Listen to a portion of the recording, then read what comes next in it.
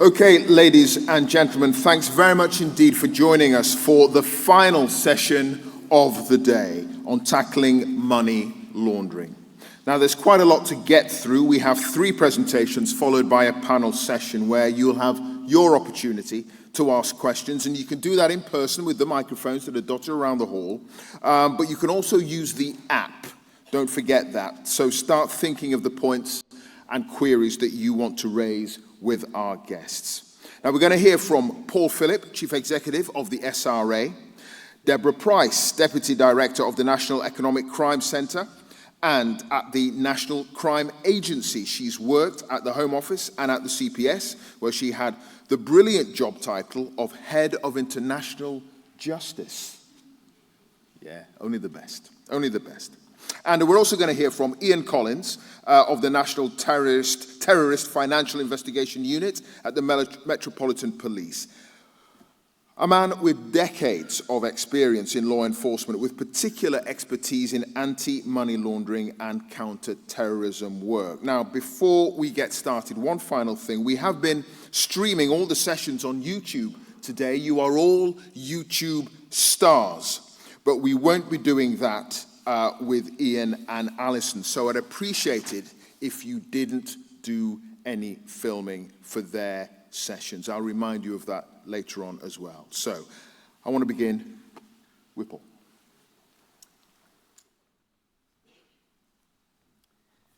Thanks again, Clive. It's me again, folks. I don't have anything new to say on money laundering. I think when I spoke this morning, it's clear that it's a big issue for us. We think it's a big issue for you. It's certainly a big issue for society in the UK.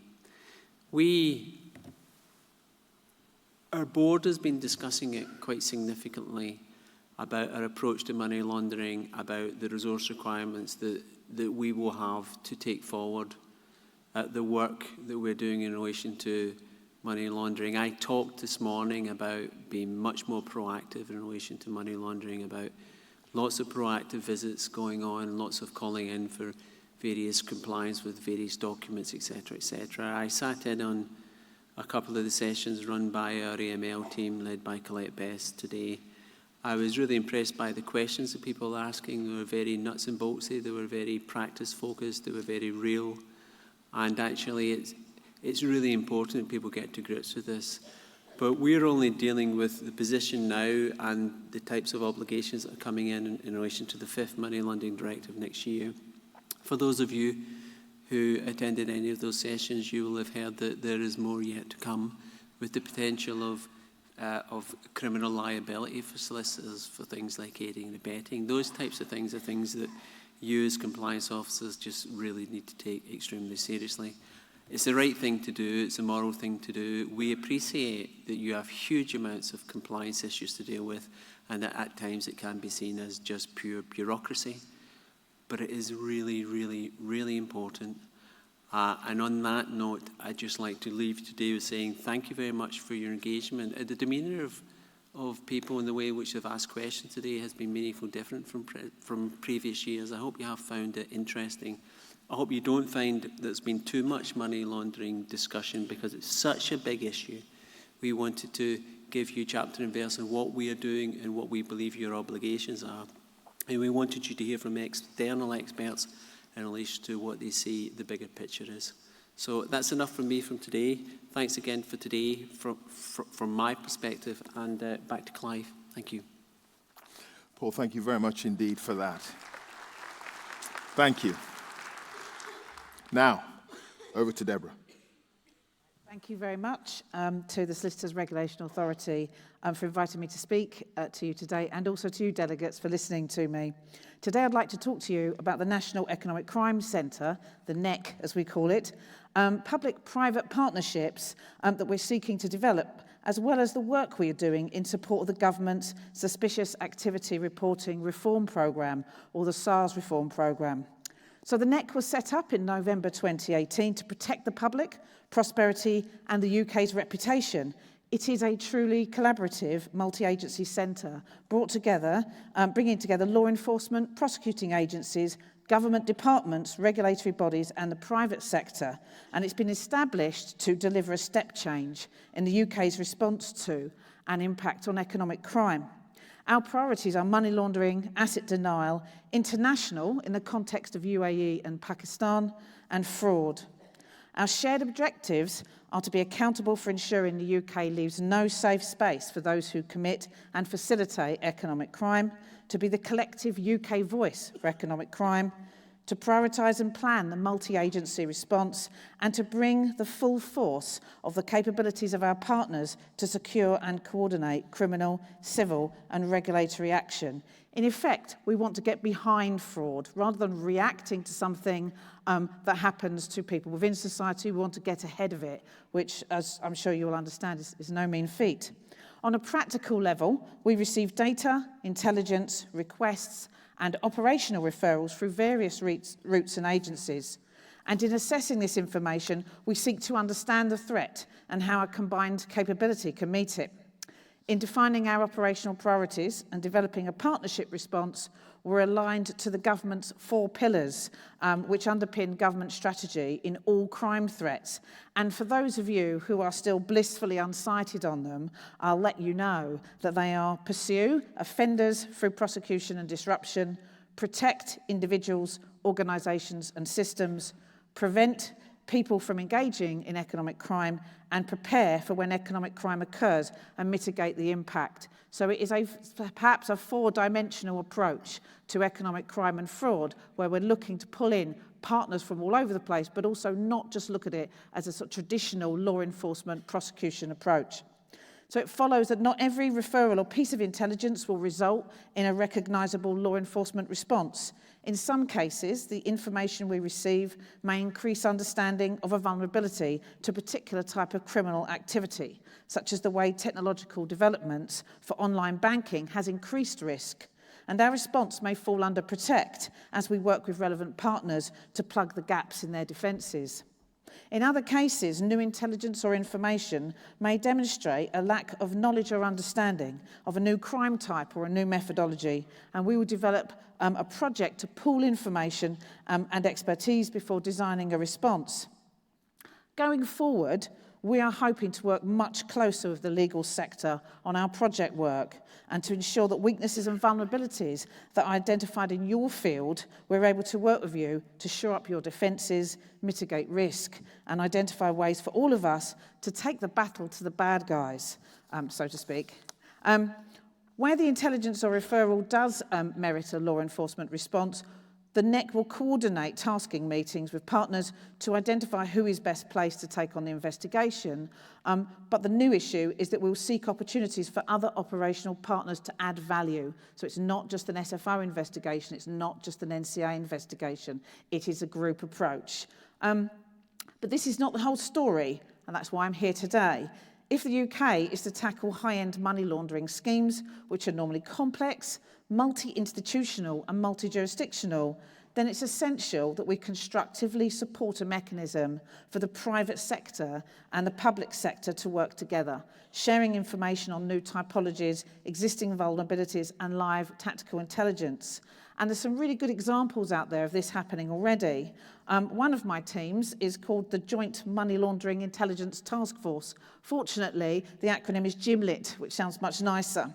And this is a partnership between law enforcement and the financial sector, where we exchange and analyse information relating to money laundering and wider economic threats. And the task force currently consists of over 40 financial institutions, the FCA, CIFAS, and 5 law enforcement agencies. And I can tell you that we've had some really amazing live-time operations where we've been able to wash information such as telephone numbers or bank numbers through a particular process and identify people at risk of child sexual offending or human trafficking and identify perpetrators. So it really, really works across a spectrum of crime, not just the standard economic crime, but as you'll know, all acquisitive crime will lead to some form of money laundering. So it's an innovative model for private public information sharing. And since 2015, it has supported and developed over 500 law enforcement investigations, which has directly contributed to over 130 arrests, £13 million has been seized or restrained, and through this collaboration, the private sector members have identified over 5,000 suspect accounts linked to money laundering and commenced over 3,500 of their own internal investigations, whilst continuing to work with us to develop and enhance their own systems to mitigate the threat of financial crime. So it's considered internationally, GIMLIT is considered internationally to be an example of best practice, and we're working with overseas law enforcement agencies to develop similar partnerships in other jurisdictions around the world. But it also hosts financial sector-led expert working groups to focus members on specific emerging threats and to identify ways of collectively combating them. So it is our ambition to expand GIMLIT to include representatives from other sectors, the legal profession in particular, and my ask of you today is to think about how you might individually and collectively work with us on this. So the next thing I want to talk to you about, which is probably one of the least exciting things that I have to talk about in my sort of repertoire. Unfortunately for you, I've taken out all the techie stuff because I don't understand it myself. But I want to talk to you about SARS reform. I am well alive to the fact that as a sector you have had enormous amount of engagement on this subject over the years. You've been asked your views and you've asked to contribute your ideas of how to improve the SARS regime many times. And I'd be the last person to say we're going to get it absolutely right this time. What I will say, though, that is in relation to the SARS reform programme as it is operating at the moment, there is a focus that perhaps hasn't been there before. We actually have the money in our accounts to fix the IT. Things are moving, and I think whatever happens at a sort of government Whitehall level, on an operational level, there is a determination to fix things and put things in a place that make it easier for you to use the SARS regime and also to understand your place in it. So I'm not going to rehearse all the problems. You know that the IT is terrible. You know that you can spend ages trying to submit a form on a template that doesn't fit your needs. You probably don't know that we are considered internationally not to be particularly good in relation to our partners. And there's a whole raft of difficulties with the current regime. However, the one thing about this current programme for reform is it is not intended to fix the fundamentals or to change the fundamentals. The UK will retain a broad regime for suspicious activity reporting. It will remain all crime, no de minimis, suspicious-based reporting to the UK FIU, with SARS shared widely across law enforcement partners. But the difference will be that there is a sharp focus on making every bit of the process from the start to the end better, if not a lot better. So the starting point, and the bit that really matters to me, because I'm the one that has to sit in the board meetings about this and pretend I understand what it means, is the modern technology. We have been given a substantial amount of money from the Home Office. We have a team in place that have been working on a SARS IT transformation project. You will all understand that procuring IT is a nightmare, and I am thinking about my escape strategy. Is it running off to Mexico to run a tequila bar when it all goes horribly wrong? But we have made a huge amount of progress, and we will have an IT system that uses sophisticated techniques to process, store, analyse and distribute the intelligence provided by SARS. We will have effective analysis. There will be more analysts, both within the UK FIU and externally, which will be funded by the Home Office, and the number of officers in the UK FIU will go from 80 to 200 by December 2020. There will be much stronger and more effective reporter-supervisor engagement, and this means that we will be able to talk to you through the new portal in the system. The portal will be more fit for purpose, and you will be able to ask questions and we will be able to provide feedback. And the new system is being devised in order so that it can provide feedback. So you're not necessarily going to get told as a result of that individual SAR we kicked a door in, because sometimes we just can't tell you that. But what you will be told is that of the X thousand SARs we've had, this is amount that led to law enforcement activity. this is what happened with this. And you will also be able to do a whole range of things like link up previous SARS and look at what you submitted before and understand what you're saying and one particular SAR in the context of what else you've said about that particular client. So a lot of the IT problems and that relationship between the UK FIU and the SARS Online reporter will be repaired through this new system, but also through an increase in resources. So effective reporting is another area we're looking at, which is to improve the quality of reporting from the regulated sector and to make it more consistent overall. Efficient reporting is to increase effectively to try and remove a lot of the nugatory reporting. This is more a problem for the financial sector than it is for the legal sector, but a large amount of DAMLs and a large amount of SARS are defensive. When you actually look at them, there really isn't much to it, and that itself clogs up the system. Just to give you an example, when we set up the system in 1993, we received 20,000 SARS a year. At the moment, it's 465,000. And the IT system we're using to receive all that information is very much a patchwork quilt, a bolt-on of various bits of hardware and software, which is why it's taken so long for you to engage with it.